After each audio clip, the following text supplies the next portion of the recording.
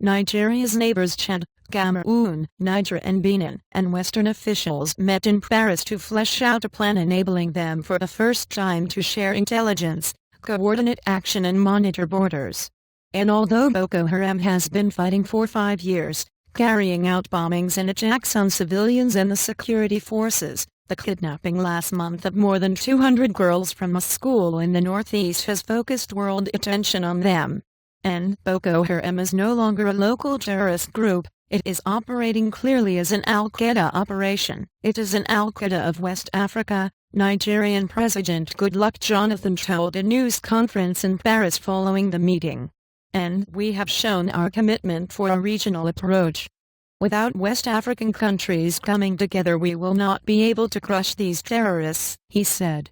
An outrage over the mass abduction has prompted Nigerian President Goodluck Jonathan, criticized at home and abroad for his government's slow response, to accept US, British and French intelligence help in the hunt for the girls. And British Foreign Minister William Hague, speaking before the start of a meeting, said the Nigerian military was not organized in a way to deal effectively with the group, and offered military advisors to help structure them. And there is determination to tackle this situation head-on. To launch a total war on Boko Haram, Chad's President Idriss Déby said. And the countries agreed to launch coordinated patrols and rescue operations, share intelligence, put in place a mechanism to prevent weapons smuggling and monitor borders. And intelligence services and army heads would also meet soon to come up with a region-wide strategy to fight terrorism.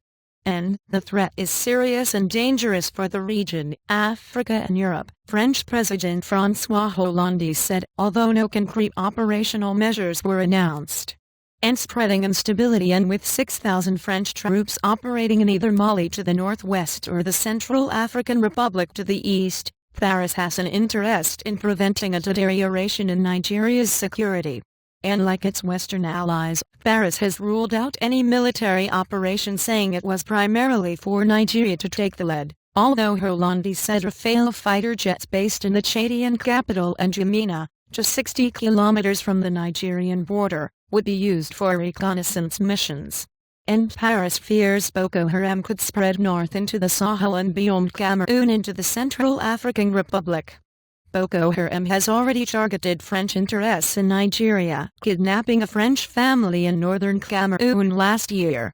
And suspected Boko Haram rebels also attacked a Chinese work site in northern Cameroon on Friday, killing at least one Cameroonian soldier, and at least 10 people are believed to have been kidnapped, the regional governor said.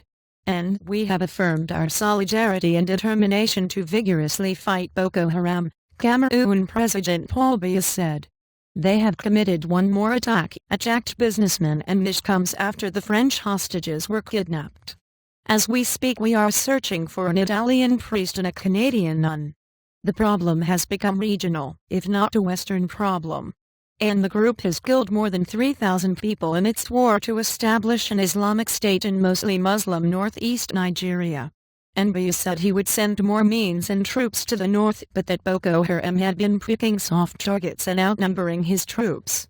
And Nigeria has complained the far north of Cameroon is being used by Boko Haram militants to shelter from the Nigerian military offensive and to transport weapons, and has urged Cameroon to tighten border security. And Jonathan said there was a misconception in the relation between the two countries over crossing each other's borders, and that this would now be ironed out. And the main outcome is that the region is now aware of a problem that for a long time was considered an internal Nigerian problem. Abuja has accepted to go beyond its borders, a Western diplomatic source said. And highlighting that, the source said Nigeria, which sits on the 15-member UN Security Council, had agreed in principle to ask for Boko Haram and its key members to be placed on a UN sanctions list, as has been the case with other militant groups such as Al-Qaeda.